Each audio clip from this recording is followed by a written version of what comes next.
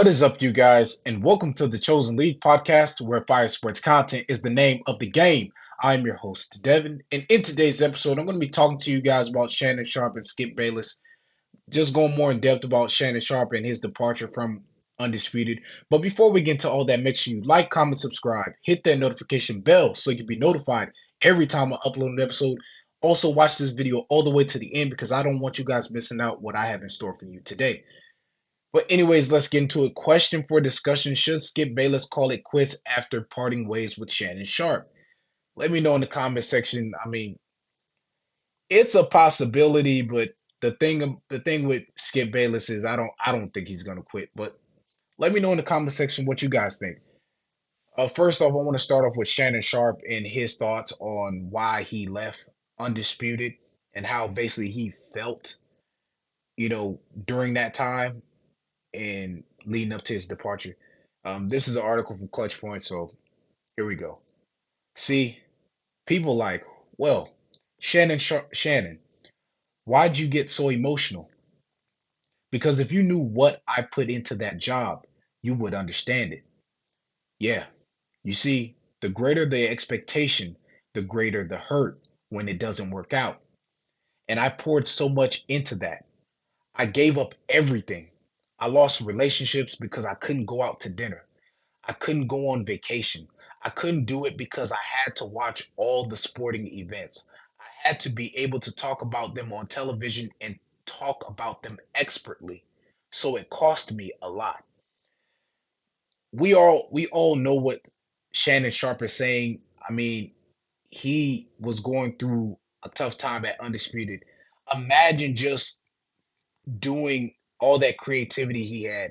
And speaking of creativity, watching some of his watching when he was on Undisputed, times when they had the GOAT debates about LeBron James and Michael Jordan, times when LeBron was with the Lakers and they won, the beginning part of LeBron joining the Lakers and winning games. Shannon Sharpe would literally come on the show the next time they had to, perform for the show. He would wear a LeBron James jersey and he had the GOAT mask on. And then sometimes there was one time in the show, he actually brought a real life goat on the set. And so I can understand Shannon Sharp's pain and where he's coming from. Like you've done all you can and you're not getting the results that you're looking for. And also what he's doing now on Nightcap and Club Shay Shay, he has the freedom to do what he does and still be able to go and do his own thing. And it started to fall apart once we seen the heated debates between Skip and Shannon.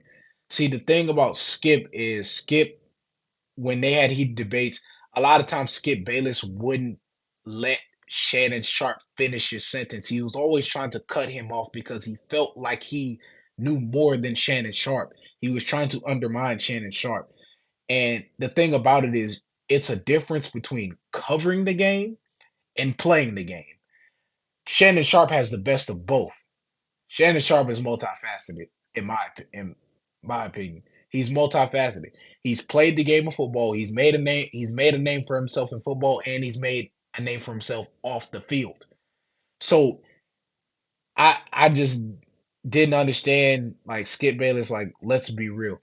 It has to be in a professional setting. It has to be that level of respect between the amongst the individuals, and you have to keep the main thing the main thing. You're putting out content for the audience, so you get the audience engaged and helping them come back to see what's up next for Undisputed.